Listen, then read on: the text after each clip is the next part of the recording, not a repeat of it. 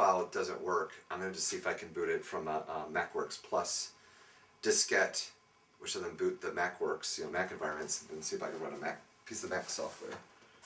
So, if I turn it on. So my original Macintosh I got from Sunray Marketing, Lisa I mean, this is how it would start off all the time, but it had an internal 20 megabyte hard drive that Sunray Marketing had put in. And it was interesting because it was parallel, so then a ribbon cable came out the back and plugged into the parallel slot.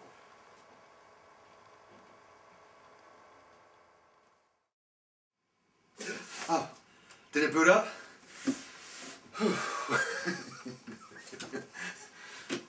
Oh, phew. Fell asleep there.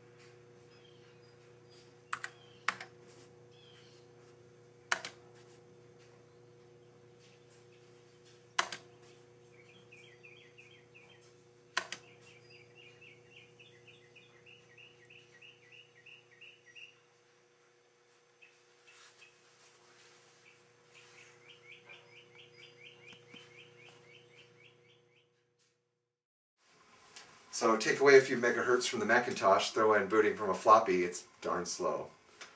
Well, there you have it. So this, one thing I learned from my original Lisa, my Mac Lisa, was the Lisa doesn't have a sound chip like the Macintosh did.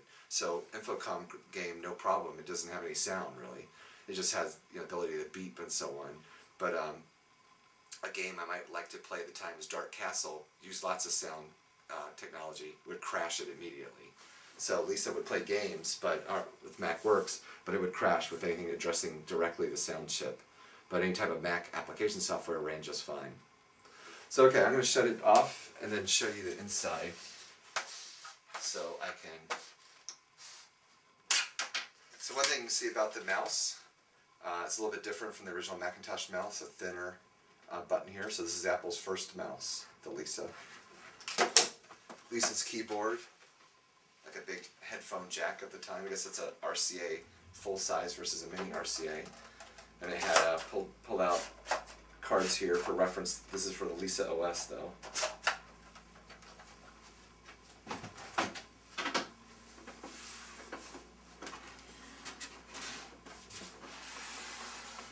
So if you look at the back of mine, as I showed the images on screen earlier, this is a Lisa 2 or /5 because it has slightly different connectors on the back than what the Lisa 1 did, I think. I'm forgetting now, but it's a little bit different. See, it's got a parallel card on it too, even though it actually has a parallel built in. But here is adjustments for brightness, contrast, and these screws, thumb screws here, will allow you to open the back up.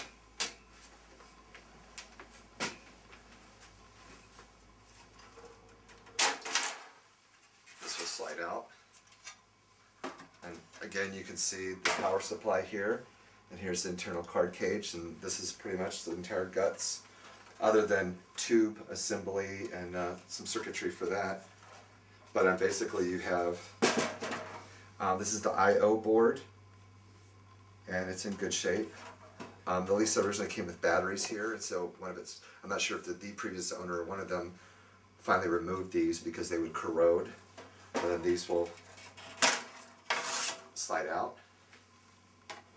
So this next card is the CPU board, and so here's a ROM here, and this is the 68,000 processor, and on an early Macintosh it looks just like that too, with the gold in the middle.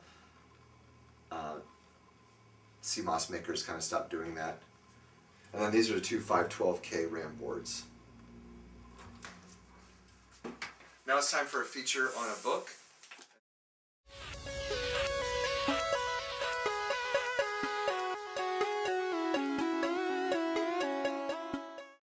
So this week's book is called Hackers, Heroes of the Computer Revolution by Steven Levy. And actually what I'm holding here is my review of it from, I guess, issue number 2. First issue very much. It's a page, so from my old newsletter, Historically Brewed, I believe is from issue number 2, where I reviewed this book. This particular copy I received in July of 1991 from my brother Michael. I just got out of training in the Army, and my wife had already gone to Germany, and so I was on my way to Germany, and I spoke to him about my interest in computer history. And so this is a very instrumental, very enjoyable book I read in regards to some really much older computer history. So I'll read just a little bit out of my review from again, my second issue, Historically Brewed. Steven Levy takes an inside look at the beginnings of hackerdom. About 3 years ago, at the time, my brother Mike gave me a copy of this book, and it quickly became one of my favorites. In his book, Steven Levy talked to the Whiz Kids of the 50s and 60s to discover what drove them into marathon sessions with MIT's mammoth mainframes and inspired them to redesign those hulking giants into amazing little game-playing, user-friendly machines. How California's Homebrew Computer Club stirred up ideas that laid the foundations for a host of new Fortune 500 companies and made the fortunes of the richest new high-tech multimillionaires in America. How the radical hacker ethic united them all in a shared vision and common addiction that has changed the way we live today, continues to determine how we will live tomorrow. An incredibly interesting book. Mr. Levy starts off by dropping in on the original computer hackers who secretly stalked the computer room at MIT.